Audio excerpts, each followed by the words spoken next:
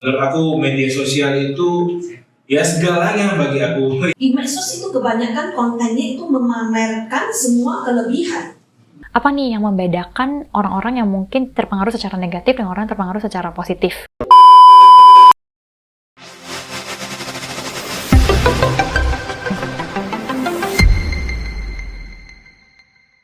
Oke, nah sebelumnya terima kasih untuk kesempatannya diundang kembali di Dogmapedia ya. Saya tadi impress bisa kepikiran untuk kayak wawancara beberapa orang ya dengan generasi yang berbeda tentunya gitu ya, dengan topik yang menurut saya sangat relevan saat ini, yaitu tentang generasi ya yang berbeda dengan social media gitu. Dan sebenarnya pembahasan ini tuh banyak banget ya, dan bisa dilihat baik di social media juga tentunya ya, ataupun banyak buku-buku yang dikeluarkan terkait dengan analisis tentang yang kita bahas dan yang akan saya sampaikan berikutnya ini, begitu ya. Jadi saya perlu klarifikasi dulu di awal bahwa sudut pandang yang akan saya kasih sekali lagi adalah sudut pandang psikologi tentunya ya. Jadi semoga ini bisa jadi satu masukan juga atau satu informasi juga bagi yang mendengarkan ini. Oke, nah pertama-tama saya mau clarify dulu ya terkait dengan generasi ya. Tadi kan sempat disebut ada generasi X, generasi Z, dan juga generasi strawberry tadi gitu ya. Dan saya senang istilah yang dipakai itu adalah istilah yang mewakilkan juga konsep-konsep yang sekarang ada secara populer begitu ya. Jadi saya mau klarifikasi dulu kalau terkait dengan penelitian-penelitian di bidang psikologi ya.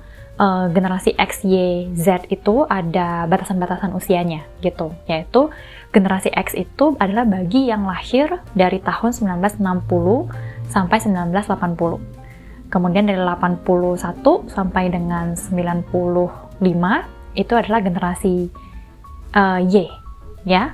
Lalu dari 1995 sampai 2010 itu adalah generasi Z.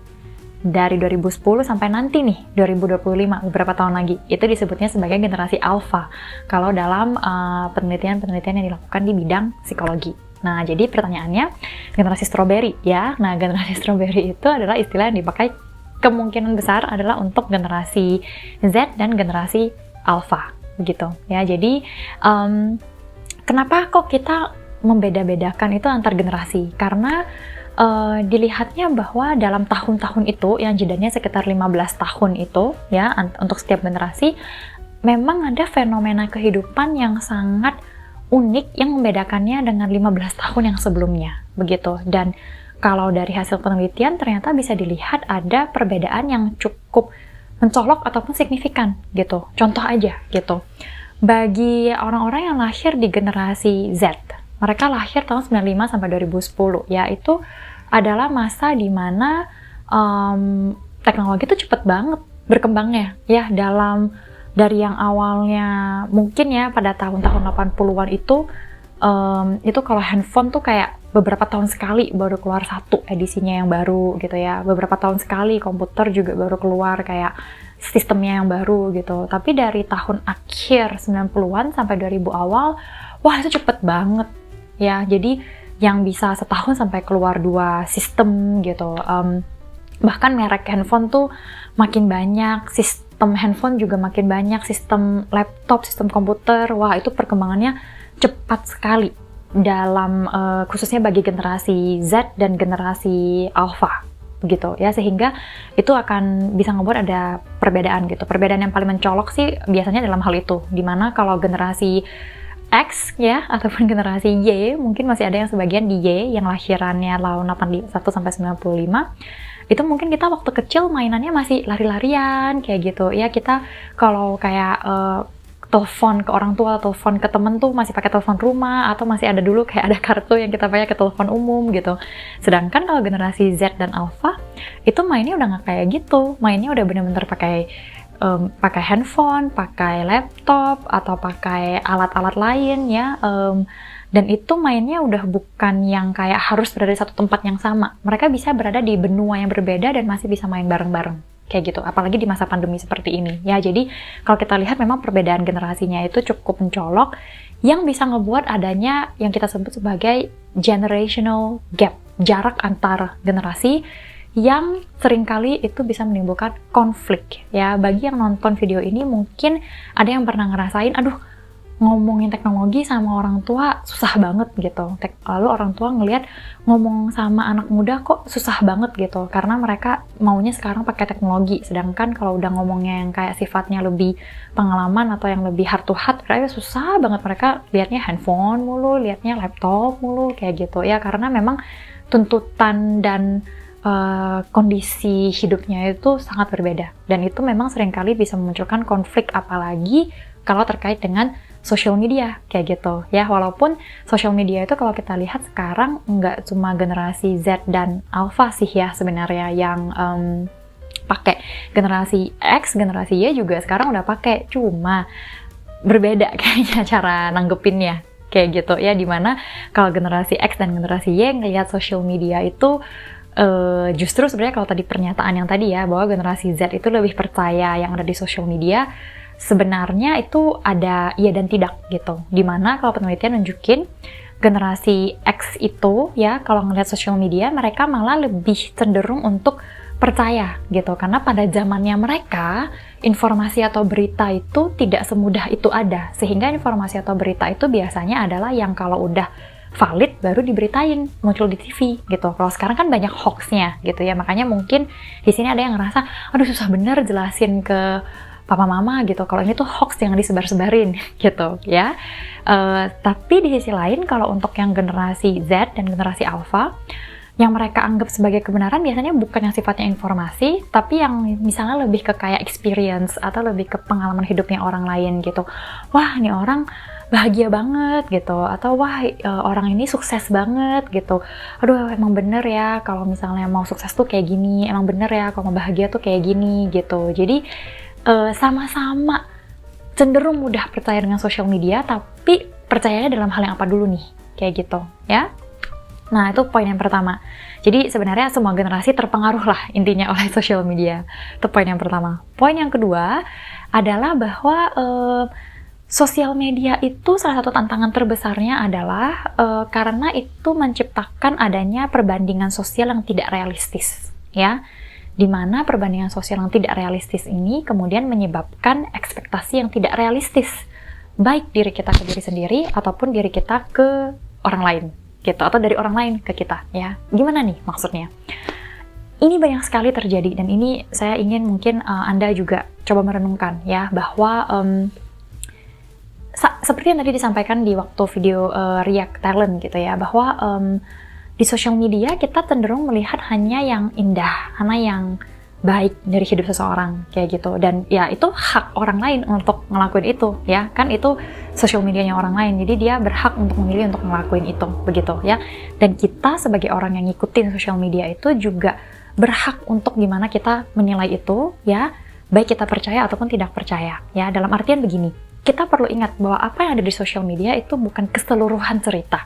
Yang kita lihat itu hanya setuplik bagian-bagian yang dipotong-potong dari hidup seseorang, begitu ya. Dan itu bukan seluruh kenyataannya. Sehingga kita perlu hati-hati kalau kita ingin membandingkan diri kita dengan orang yang kita lihat di social media, gitu ya. Kenapa? Karena kita orang yang berbeda, pertama. Kedua, apa yang kita lihat di social media bukan keseluruhan ceritanya. Kita nggak tahu di balik itu ada apa, setelah itu ada apa. Begitu, kita harus ingat itu, ya. Sehingga kita perlu bijak juga menanggapi informasi yang kita terima di sosial media dari hidup orang lain.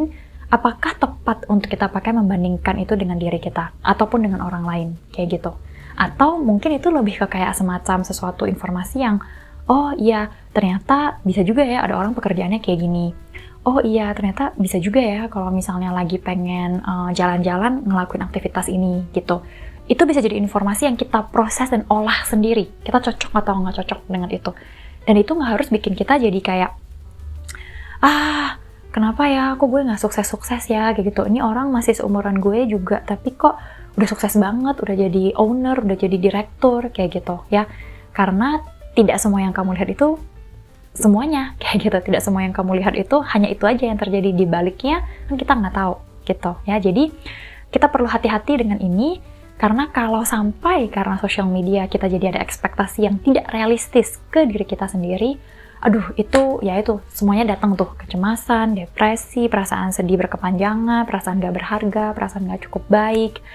Dan itu susah banget ya untuk lepas gitu, apalagi seiring kita makin sering scroll sosial media, makin lah kita ngerasa seperti itu ya. Jadi kalau di sini ya bisa kemudian menyadari sosial media itu tidak bisa jadi perbandingan sosial yang realistis, bagus gitu ya. Tapi kalau yang baru menyadari itu, coba deh pelan-pelan belajar untuk ngomong ke diri sendiri ataupun ngomong ke orang lain bahwa ya kita nggak bisa jadikan sosial media itu sebagai bahan perbandingan diri karena itu tidak realistis begitu ya.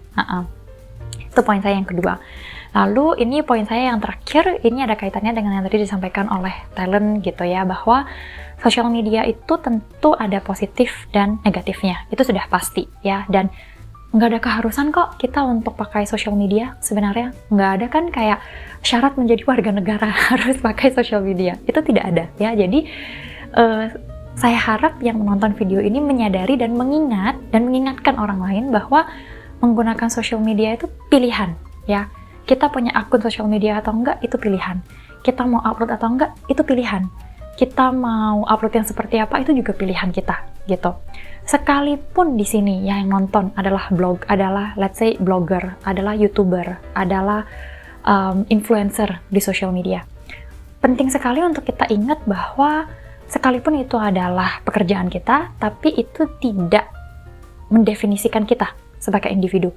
Itu tidak kemudian mengontrol kita gitu. Karena yang punya kontrol atas sosial media kita itu adalah diri kita sendiri ya. Kalau sampai kita dikontrol oleh sosial media kita atau oleh followers atau oleh even haters atau misalnya oleh tuntutan sosial media yang ada sekarang, maka pertanyaannya identitas kita jadinya siapa begitu ya. Jangan sampai kita kehilangan diri kita karena sosial media yang sebenarnya bisa dibilang juga bukan individu yang otentik kayak gitu ya, karena di sosial media itu tidak keseluruhan dari diri kita dan sosial media sangat mudah untuk bisa berubah tergantung komunitas, tergantung sosial ya, namanya sosial media ya. Oke, jadi ingat bahwa kita punya pilihan dalam menggunakan sosial media, kita punya pilihan juga dalam melihat sosial media itu kita mau pakai manfaatnya atau kita banyak terpengaruh oleh hal negatifnya. Kita punya pilihan untuk berhenti pakai, kembali memakai sosial media. The choice is ours. Oke ya, jadi saya harap semua yang menonton ini di generasi berapapun, baik generasi X, Y, Z, dan Alpha, tahu bahwa kita punya pilihan dalam menggunakan sosial media kita dan dalam menanggapi setiap informasi yang ada di situ. Ya, terima kasih.